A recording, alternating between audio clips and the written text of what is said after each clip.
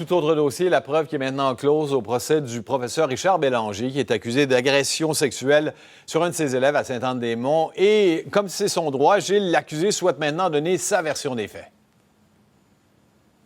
Oui, bien Richard, il s'agit d'une prérogative de la défense. On le sait, dans notre système judiciaire, l'accusé n'est jamais obligé de témoigner. Souvent même, les avocats vont préférer ne pas faire entendre leur client. Mais là, l'avocat de Richard Bélanger a été clair devant le tribunal.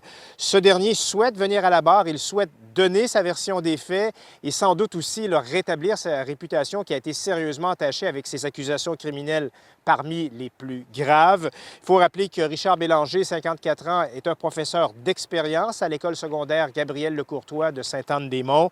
Un professeur, un citoyen aussi respecté et impliqué dans sa communauté, nous dit-on. Mais comme ce procès n'avait été prévu que pour 2 jours qui sont déjà passés, la suite des choses, donc, Richard, est reportée les 18, 19 et 20 septembre pour le témoignage, justement, de l'accusé. Un long été, justement, pour lui. Mais au final, Gilles, la crédibilité des témoins de la Couronne sera aussi déterminante là, dans ce verdict.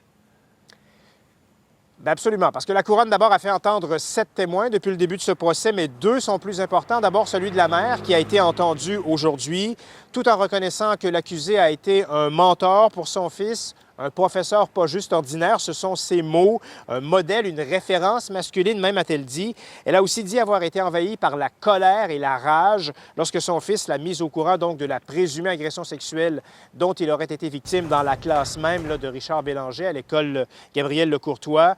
Elle a affirmé avoir eu le sentiment d'être trahie par une personne en qui elle avait confiance.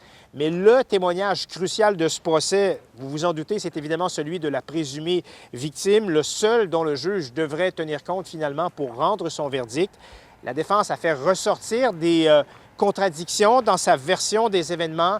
Reste à voir si ce sera justement suffisant pour faire douter le juge de la culpabilité de Richard Bélanger.